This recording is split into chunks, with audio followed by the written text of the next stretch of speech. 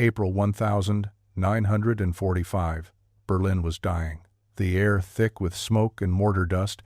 Once grand buildings stood gutted by artillery fire, their stone faces scorched black, windows blown out like eyes that had seen too much. Soviet tanks rolled through the outskirts, their thunder echoing through the hollowed streets. In the maze of tunnels beneath the Reich Chancellery, a small circle of high-ranking officials made their final calculations. Among them was General Wilhelm Krieger. Not a man of public speeches or frontline theatrics, Krieger had been the mind behind black operations and psychological warfare. A strategist so precise and invisible his name rarely appeared on paper. But those who knew power knew his. He had built his career in the SS's intelligence arm, quietly rising through the ranks not with bombast, but through cold, surgical precision. He spoke 6 languages, understood radio frequencies better than his own children's birthdays, and was said to be one of the few men Himmler feared rather than controlled. But by late April, even Krieger knew the war was lost. Files were burned, names were erased, entire legacies turned to ash. The bunker stank of desperation, cyanide, and sweat. Witnesses say Krieger was last seen seated at a table near the communication hub, calmly reviewing a stack of coded documents, while others panicked around him. He didn't flinch at the news of Hitler's suicide. He didn't ask for orders, he gave them. Then, sometime during the early hours of April 30th, Krieger walked out of the war room, stepped into the side corridor, and was never seen again. No goodbyes, no suitcase, just vanished. Some say he was heading for the subway tunnels. Others recall him speaking briefly with an American-accented man in a gray civilian coat near the rear passage of the Reichspost building. One staff officer swore he saw Krieger unlock a vault no one else had access to, a vault that, according to blueprints, didn't exist. But whatever happened in those final hours, Berlin didn't kill Wilhelm Krieger. It absorbed him. And when the city finally fell, when the maps were redrawn and history began to harden into story, his name had already begun to fade, not forgotten, but deleted, neatly, efficiently, like someone had planned it that way. When Allied forces reached the wreckage of the Reich Chancellery, they expected bodies. Instead, they found ghosts. Lists of names with no matching remains, rooms emptied with surgical precision. The Soviets were the first to notice. Stalin, ever suspicious, demanded proof of death for the men who'd architected the Third Reich's darkest machinery. For many, evidence trickled in: dental records, scorched documents, hastily dug graves. But for General Wilhelm Krieger, nothing. No corpse, no confession, no bullet-pierced uniform. Just a blank space where a man had once existed. American intelligence chalked it up to chaos. Soviet records quietly labeled him as possibly exfiltrated. But behind closed doors, no one believed he was dead. A handful of conflicting eyewitness accounts only deepened the mystery. One Wehrmacht radio operator swore Krieger escaped dressed as a medic. Another claimed he was gunned down, fleeing through the Tiergarten, but when shown photographs of recovered bodies, he recanted. The bunker logs didn't help either. His name was missing from the final rolls, scrubbed clean as if he'd never been there. Then came the whispers. A civilian interpreter stationed near Potsdam swore he'd seen a German officer matching Krieger's description boarding an unmarked jeep under American guard just days after Berlin's fall. The license plate was military, but not Soviet, not British. The report was filed and quietly buried. No follow-up, no photographs. Just an entry in a dusty intelligence ledger that wouldn't see daylight for nearly 80 years. His apartment in Dresden had been ransacked, not by looters, but by men who knew exactly what to take. Diaries were missing, photographs torn from frames. A neighbor recalled a strange American man asking for the professor, a nickname only Krieger's inner circle used. But there were no arrest records, no sightings after May 1945, no official leads. Only one thing was clear: General Krieger hadn't died in Berlin. He had vanished. Historians wrote him off as another casualty of the Reich's collapse. A ghost swallowed by rubble and time, but the intelligence community wasn't so sure. Somewhere, behind redacted reports and sealed archives, Krieger's name kept surfacing not as a fugitive, but as something far more dangerous, an asset, one the U.S. may have taken not as a prisoner of war, but as a guest. And if that was true, then the war hadn't ended for General Wilhelm Krieger. It had just changed uniforms. In the years following Germany's collapse, as the smoke cleared and the bodies were counted, a new kind of war began, not for land or ideology, but for names. The Soviet NKVD and the newly minted American CIA, still known then as the Central Intelligence Group, quietly compiled their own lists. Not war criminals, not generals with medals pinned to their chests, but shadows, men who had disappeared before the firing stopped, men who knew things. The lists were unofficial, locked away in folders marked "Eyes Only." They included rocket engineers, code breakers, chemical warfare specialists, and intelligence tacticians. Near the top of both, General Wilhelm Krieger. The Soviets considered him extremely valuable. His last known post was classified. His expertise spanned psychological operations, false flag missions, and what the NKVD labeled deep field manipulation. In simpler terms, he knew how to control people without them ever realizing it. Krieger had helped architect some of the Reich's darkest disinformation campaigns. He understood how to build a myth and how to erase one. But while the Soviets doubled down on tracking his movements, the American file took a stranger turn. In 1946, Krieger's name appears in SIG-IG, intercepts 6 times. In 1947, only once. Then, in 1948, he disappears not from the world, but from the paperwork. No kill confirmation, no intelligence closure, just silence. Like someone had closed the file and locked the drawer. Yet curiously, in a declassified CIA index dated November 1948, a blacked-out name appears under the heading Strategic Assets, Secured. The surrounding names are known paperclip recruits, scientists mostly, but one line remains fully redacted: name, field, relocation site.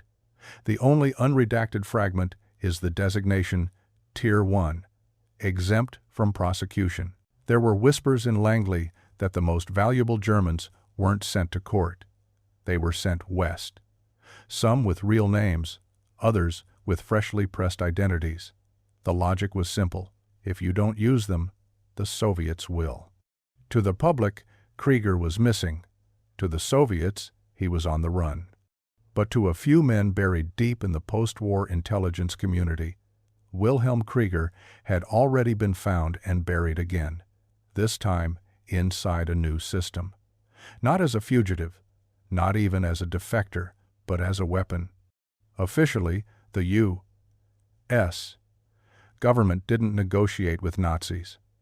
Unofficially, it was a different story.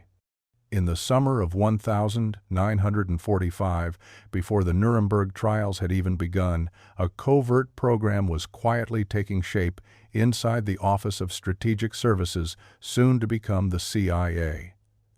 It was called Operation Overcast, later renamed Operation Paperclip.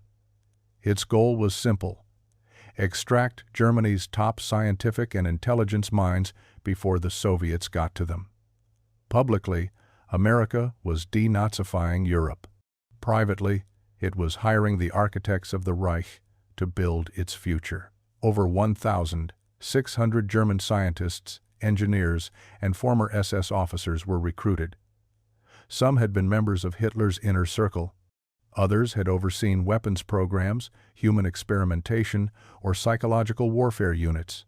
But their records were sanitized, their pasts rewritten. Files marked enemy were amended with a single stamp: relocated. The name Paperclip came from the simple tool used to attach new biographical notes to otherwise damning dossiers. A paperclip meant forgiveness, reinvention. It meant war criminals were no longer enemies of the state, they were now consultants. Most were sent to the American Southwest, Texas, Alabama, New Mexico. Isolated military bases with no press access and plenty of desert to bury the past. Some went to NASA, others to the CIA's fledgling Psychological Operations Division, and a few, the ones with deeper, darker skill sets, were never publicly acknowledged at all.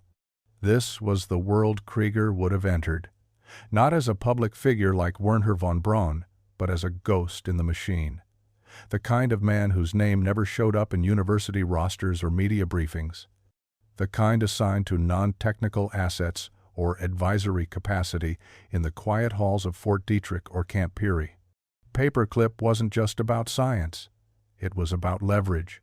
These men knew the inner workings of the Nazi war machine, its codes, its methods, its psychology. America didn't want to forgive them. It wanted to own them. For Krieger, who had built a life out of shadows, it was the perfect cover. No trial, no execution. Just a new name, a new file, and a new war to fight. One that didn't involve tanks or trenches, just silence, secrets, and the careful erasure of everything that came before. In 1951, a German national arrived at Holloman Air Force Base in New Mexico. He wore civilian clothes, carried no identification, and spoke near-perfect English. His intake records were incomplete, his real name redacted, and his credentials marked as classified, Tier 1. In internal memos, he was referred to only as Subject K. On paper, Subject K was part of a technical intelligence exchange, a vague term used to launder Nazi expertise into sanitized roles. But no one at the base could explain what he actually did. He didn't work with rockets, didn't lecture in laboratories, didn't attend the daily debriefings held for other Paperclip recruits. He simply appeared one day and never left. He kept to himself, lived in government housing just outside the perimeter, and avoided social interaction. Some thought he was ex-Gestapo. Others, a linguist brought in to train Black Ops teams in interrogation resistance. The rumors grew darker when a junior officer assigned to base security filed a complaint after seeing Subject K in a locked archive room at 2:14 a.m. with no escort and no key. The report was immediately sealed. Technicians noted strange gaps in surveillance footage. Logs altered, doors unlocked without explanation. One quartermaster claimed he saw Subject K burning papers in a barrel behind the commissary, papers with German military seals, but when questioned, the quartermaster recanted his transfer request already approved. In 1953, a handwritten note was found tucked behind a radiator in Building 4A. It read, "You are using fire to fight fire. The blaze will not distinguish you from the enemy." No signature. Forensics could never confirm the author, but base personnel who handled the note said the ink matched requisitions filed by Subject K. The only documented photo showed him in a group of Paperclip recruits during a security briefing. While most smiled stiffly for the camera, Subject K looked directly into the lens, not confused, not caught off guard, just watching. By 1957, he was gone. No departure records, no discharge forms. Just a notation in a redacted CIA memo. K transferred to alternate site, status, operational. No one at the base ever saw him again. And years later, when questions were asked, the response was always the same. There was no Subject K. It was 2006 when the memoir surfaced. A rainy afternoon in Hamburg. The owner of a second-hand bookstore called Die verlorene Seite, The Lost Page, was sorting through a collection of estate sale boxes when he found it a slim, weather-stained journal wrapped in wax paper and tied with string. No cover, no title, just a faded stamp inside the first page, Eigentum WK, property of WK. The handwriting was sharp, angular, a mix of German and what appeared to be a cipher, part Latin, part military shorthand. There were no names, only initials, no dates, only coordinates. The first line read like something out of a fever dream. They came wearing no uniforms, speaking German with American eyes. Scholars would later refer to it as the WK manuscript. But to the shop owner, it was just another curiosity until a local historian noticed a page referencing the Tiergarten, April 1945, and a phrase, der falsche Tod, the false death. That was when people began to pay attention. As the manuscript was translated and decoded, its revelations grew stranger. The narrator describes slipping out of Berlin hours after Hitler's suicide, guided not by Germans, but by foreign handlers. They speak in clipped code phrases: Safe House 17, Cargo Extraction, Orion Fallback.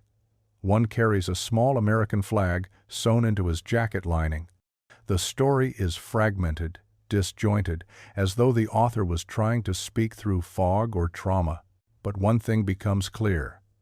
Whoever WK was, he believed he had been recruited. He details a stopover in the French countryside, a flight in a military cargo plane with no tail markings, and days spent in isolation, debriefing without questions, interrogation without pain. There are references to New Mexico, a dry horizon, and the phrase red sands, white teeth. No one could explain what that meant. Near the end, the tone changes. Paranoia bleeds through. He writes of being watched, of notes going missing from his suitcase, of dreams where the war never ended. The final page reads, I did not escape. I was collected. Handwriting analysis by a Berlin forensics lab confirmed with 88% certainty that the script matched a 1939 military service record belonging to General Wilhelm Krieger. The manuscript was never published. Days after it made headlines in Germany, the original disappeared from the bookstore's safe. No break-in, no witnesses, just an empty shelf and silence. The document surfaced in March 2024, buried inside a routine Freedom of Information Act release that most journalists would have skipped over. A single PDF, 94 pages long. Nearly all of it blacked out. At the top, Federal Bureau of Investigation Domestic Intelligence Division interview transcript, the 12th of June, 1961. The subject's name was redacted entirely. No location listed, no case number. Only a designation typed in the margin, Foreign National Advisory Capacity. But the transcript itself told a different story. From the first exchange, the voice was unmistakable. Calm, precise, fluent English, shaped by a German accent that never quite softened, even after years abroad. The interviewer asked simple questions. Where were you born? What was your role during the war? Who facilitated your relocation? The answers never matched the questions. Not directly. Not once. When asked about Berlin, the subject replied, cities collapse faster than men do. When pressed about affiliations, he said, uniforms change. Functions do not. Every response felt rehearsed, as if he had learned how to say nothing while appearing cooperative. The agents didn't challenge him. They didn't push. In fact, they seemed deferential. One exchange stood out. The interviewer asked whether the subject feared prosecution if certain information became public. The reply was short. If I were meant to stand trial, I would not be sitting here. The next 14 lines were fully redacted. Throughout the transcript, references appear to prior service, psychological operations, and post-war advisement, but never to a specific agency. At one point, the subject asks the interviewer if the room is secure. The interviewer responds, yes. The subject then says, good.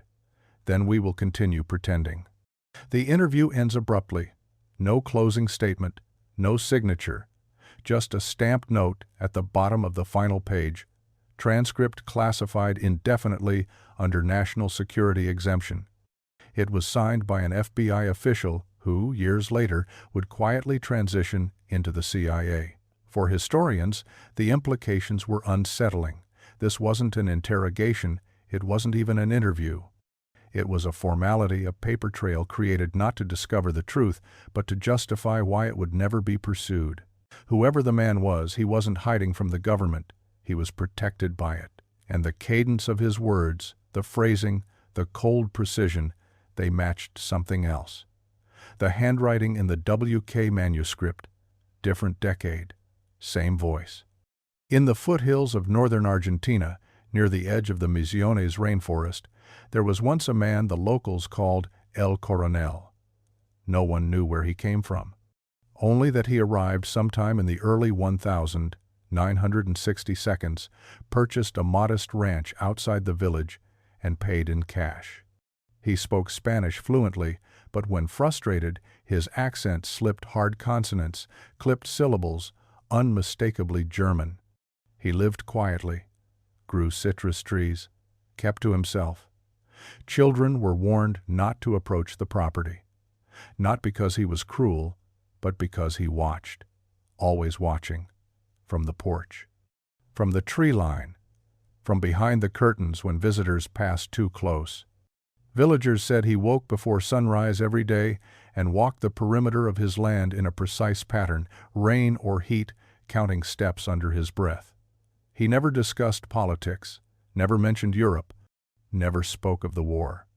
When asked directly, he would smile thinly and say, "History is a young man's obsession." But there were rumors. Travelers claimed to see men arrive at night in unmarked vehicles. Military men, foreign men, they never stayed long. And inside the house, locked in a reinforced trunk bound with iron clasps, was something the colonel guarded obsessively. He cleaned the lock weekly, polished the metal. No one ever saw it opened. A former neighbor later told investigators that once, during a storm, the trunk tipped over while the colonel was away. Papers spilled out, maps, old documents, photographs stamped with Reich insignia, and unfamiliar American seals. The neighbor panicked, returned everything exactly as found, and never spoke of it again until decades later. By the late 1972, the colonel was gone. The house abandoned. The land sold through intermediaries. No death record, no grave. Just another disappearance layered atop an older one. Argentine intelligence archives from the era mention a foreign advisor operating under multiple aliases, consulted occasionally on counterinsurgency tactics. His file ends with a single handwritten note. Subject refuses relocation, claims his war is finished. But wars like his never really end. They just move quietly to places where no one is looking. It started like any other genealogy upload. A man from Leipzig, tracing his family tree, submitted a DNA sample to a commercial ancestry database in late 2023. Within weeks, he received a match, flagged as Government Archival Sample, Department of Defense, 1979. The location, New Mexico. The sample was male, aged 60-70 at the time of collection. The match was categorized as first-degree paternal relative. The man was stunned. His grandfather had died in 1945 or so, the family had been told. But the data was clear. Someone with his blood, someone old enough to be his grandfather, had provided a military DNA sample in the American Southwest 34 years after General Wilhelm Krieger was declared missing in action. A quiet inquiry was made to the Department of Defense. The response was immediate and strange. The sample was not available for reanalysis. Chain of custody logs were incomplete. There was no medical file attached, just a cryptic classification, Tier 1, OPA SR Archive. The last acronym stood for Operation Paperclip, Strategic Retention. Geneticists confirmed it. The 1,979 sample came from a man who shared nearly identical Y chromosomal data with Krieger's known lineage. But why had the U.S. government collected it, and why had it never surfaced until now? Journalists and researchers pounced. One contact from the Pentagon, speaking off record, said the 1,979 979 sample was part of a routine cataloging of legacy assets. When asked what that meant, he went silent. The strangest detail came from a retired military nurse who worked at a VA hospital in Albuquerque during the late 1972. She remembered an older German man admitted under the name Frederick K. He carried no personal belongings, said almost nothing. His accent was sharp but buried under years of control. He never signed his own name, always just X. She remembered one thing above all: his eyes. He didn't look sick. He looked like he was waiting for something, like he'd already lived through the worst the world could offer. When pressed for records, the hospital could produce none. Because the man didn't die there. He vanished again.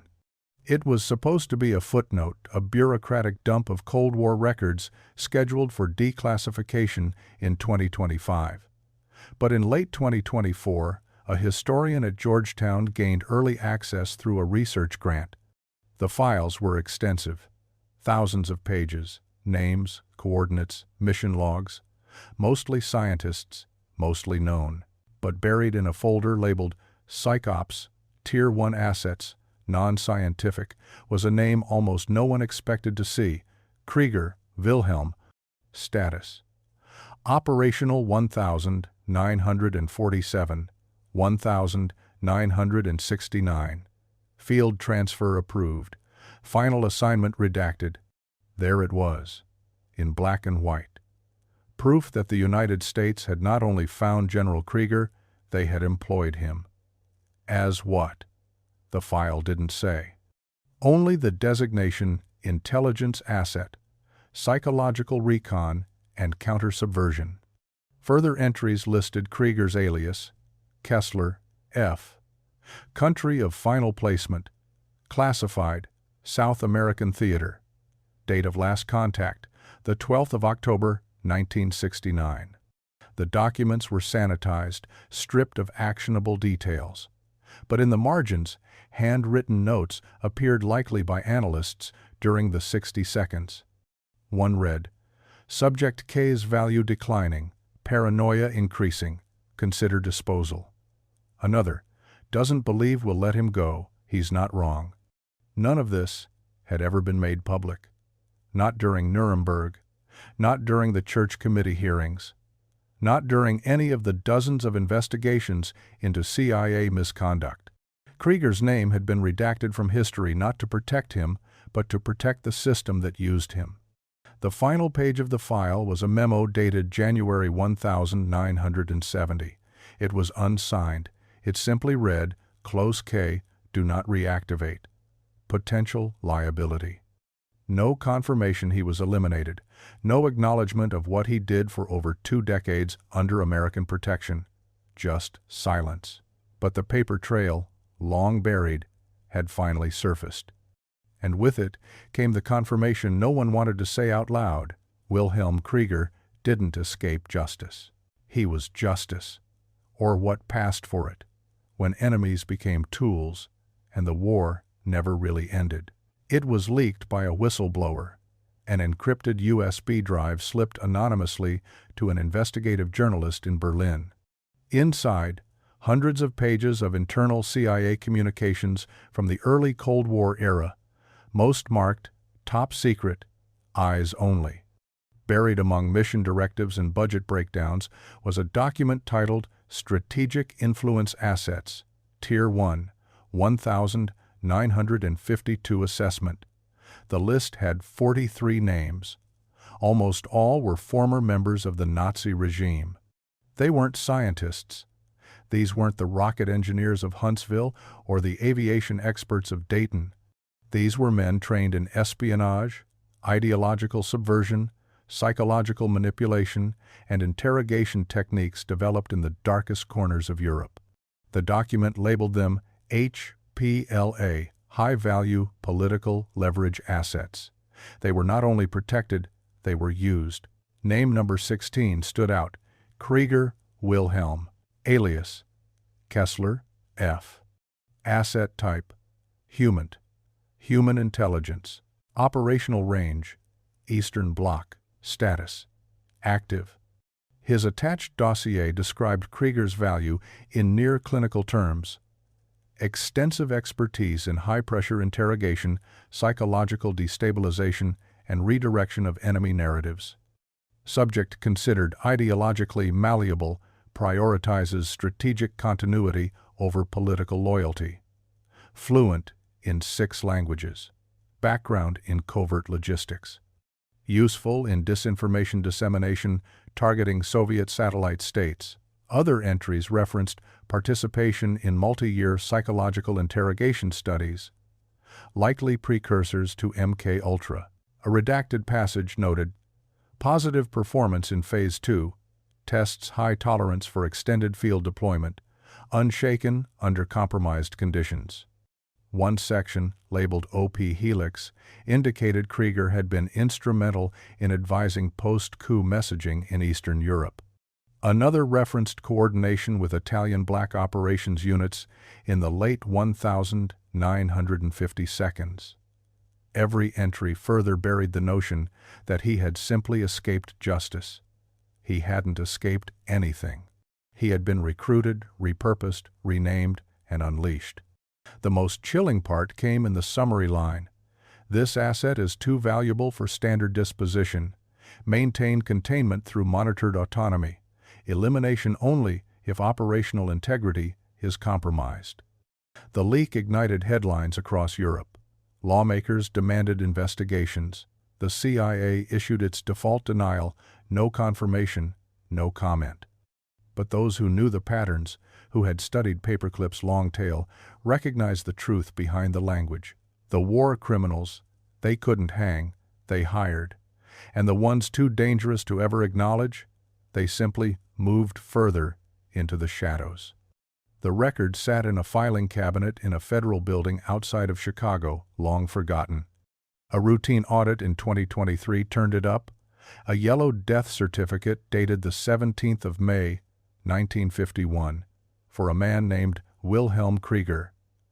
Cause of death: cerebral hemorrhage. Location: an unnamed private residence in San Diego, California. Signed by a Dr. Richard Melville. It should have ended there, a quiet death for a forgotten man. But a research assistant noticed something strange. Dr. Melville wasn't a physician. He was a former OSS operative, known for forging documents during black site transitions. His name had appeared on other problematic deaths, low-profile vanishings tied to secret renditions and disappearances. There was no obituary, no burial site, no family notification. The Social Security number listed belonged to a deceased schoolteacher from Ohio. Every data point unraveled under scrutiny. When investigators followed the paper trail, they discovered the San Diego address didn't exist in property records. It was a shell location used by a military intelligence contractor tied to Project Bluebird, the CIA's first foray into psychological conditioning. Further digging uncovered an internal memo dated 2 weeks before the certificate was filed. It read, WK, relocation complete, cover sheet in place, finalize closure under standard protocol death cert. The protocol was simple.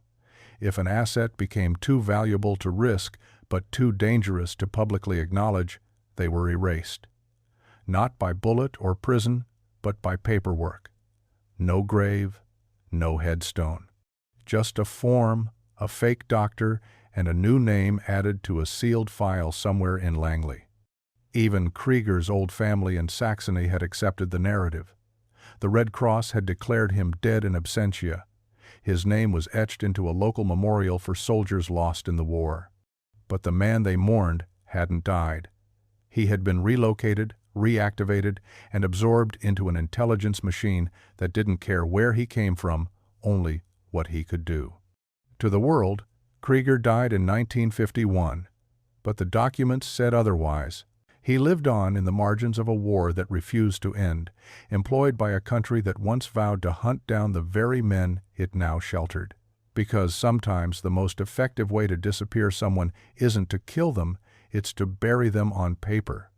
By the time the Cold War was fully underway, the question wasn't just where Wilhelm Krieger had gone, it was who he was serving. His name surfaced in fragments, buried in declassified project budgets, whispered in testimonies during obscure Senate subcommittees, and scribbled in the margins of failed intelligence operations across the Eastern Bloc.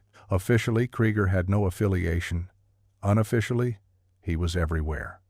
A CIA file dated 1954 listed F. Kessler as a field liaison attached to Operation Arkstone, an effort to infiltrate Soviet-aligned resistance cells in Czechoslovakia. The file was thin, just enough to prove involvement, not enough to confirm responsibility. In 1958, MI6 records show an unnamed German-speaking operative assisting in Operation Hound, a psychological warfare campaign targeting Polish border towns with disinformation and forged defector broadcasts. A heavily redacted British memo reads, "Subject's methods are unorthodox, results effective, morally questionable." But there were darker theories. Krieger had long been rumored to have knowledge of the Reichsbank reserves, the Nazi gold caches smuggled out of Berlin in the final months of the war. Some believed he had personally overseen shipments through underground rail tunnels beneath the Harz Mountains. A 1962 intelligence intercept from Buenos Aires cryptically noted, "The colonel still holds the codes. Vault remains closed until summoned." Others suspected Krieger of guarding something less tangible: files, names of collaborators, Soviet double agents, compromising documents the Allies couldn't destroy without implicating themselves. A surviving CIA directive from 1956 referred to a ghost file system maintained by a small number of embedded assets from the former Reich. Krieger's alias was listed as a regional custodian. In the intelligence world, leverage is more valuable than loyalty, and Krieger had leverage on both sides. An East German defector in 1973 claimed a former Nazi strategist turned American operative had been involved in counter-defector filtration, a polite phrase for psychological screening laced with drugs and isolation. When asked his name, the defector said only, "He was like a priest, calm, quiet. He told me my own thoughts before I said them." Who was Krieger working for? The United States? Himself? Something else? Maybe the question was never who. Maybe it was always what. For decades, children of Operation Paperclip scientists lived ordinary American lives: bicycles in cul-de-sacs, backyard barbecues, PTA meetings. Their fathers were engineers, consultants, or language specialists. No one asked too many questions, and if the children did, they learned quickly not to. But as the years passed and memories grew brittle, fragments began to surface: strange habits, slips of the tongue, old photos tucked into drawers with names blacked out. And in a handful of families, one name kept returning in whispers: Uncle Wilhelm. He wasn't a real uncle, they said, just a friend of the family, usually German, always alone. He didn't drink, he didn't smile. He arrived in the fall and left by spring. A tall man with sharp manners and too many jackets for a man who claimed to live in California. He didn't like cameras, he hated dogs, and he never, ever talked about the past. One woman, now in her 70s, recalled a Thanksgiving dinner in 1965 where Uncle Wilhelm sat at the head of the table, perfectly still, never touching his food. She was a child, but she remembered what he said to her when she asked why he had no family of his own. "I lost my name in the war," he told her. "It was easier that way." Another man recalled being taken aside by his father, a former chemist at Fort Detrick, and warned never to bring friends to the house on Sundays. That was when Kessler would visit. The man remembered watching him once from the stairs, the way he carried a briefcase chained to his wrist, the way the conversation turned cold whenever he entered a room. In 2009, a declassified housing record revealed a guest at a CIA-owned safe house in Virginia, signed in as W.K.R. A neighbor described the visitor as polite but wrong, like a man pretending to be someone human. Those who met him never forgot. Not because he said anything remarkable, but because he didn't. He was an absence that somehow filled the room. The children of Paperclip scientists grew up. Some became engineers themselves. Others became historians. And as the truth began to bleed through the sealed cracks of American history, they understood something their parents never admitted out loud. They hadn't just welcomed scientists into the country, they'd welcomed ghosts. And some of those ghosts never left. When General Wilhelm Krieger vanished from Berlin in April 1945, most assumed he'd been killed like so many others, swallowed by rubble, fire, or the chaos of surrender. But the truth, as it finally emerged, was far more calculated. He hadn't died. He'd been recruited, hidden in plain sight, absorbed into a system that claimed to fight tyranny while quietly making deals with it. Krieger was just one name, one ghost among many. The Paperclip files, even in their heavily redacted form, suggest there were dozens, possibly hundreds of men like him. Men whose war crimes were scrubbed in exchange for utility. Men who were never tried, never convicted, never even mentioned in history books. Their roles buried not with shovels, but with signatures. Some worked in science, others in the shadows, advisors, interrogators, architects of Cold War strategy. They built missiles, decoded Soviets, and shaped narratives. Some helped America win. Others disappeared again when they were no longer needed. No monuments remember them. No governments claim them. Their identities were fractured across aliases, sealed court orders, and false death certificates. Even their graves, if they exist at all, are unmarked. But perhaps the most haunting truth isn't what they did, it's who let them. In the scramble for supremacy, morality became negotiable. Justice became conditional. And the men who should have stood trial at Nuremberg instead sat in conference rooms, drawing blueprints and whispering secrets into the ears of future generations. How many other Kriegers are still unknown? How many names were erased, not because they vanished, but because someone needed them to? What truths died behind locked doors, filed under classified, redacted until they dissolved into convenient forgetfulness?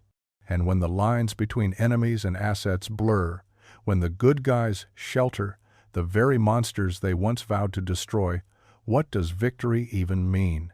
General Wilhelm Krieger was a man who should have been remembered for the horrors he helped create.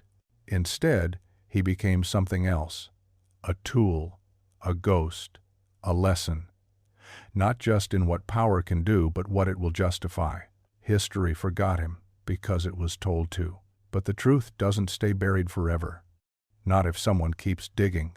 This story was brutal, but this story on the right-hand side is even more insane.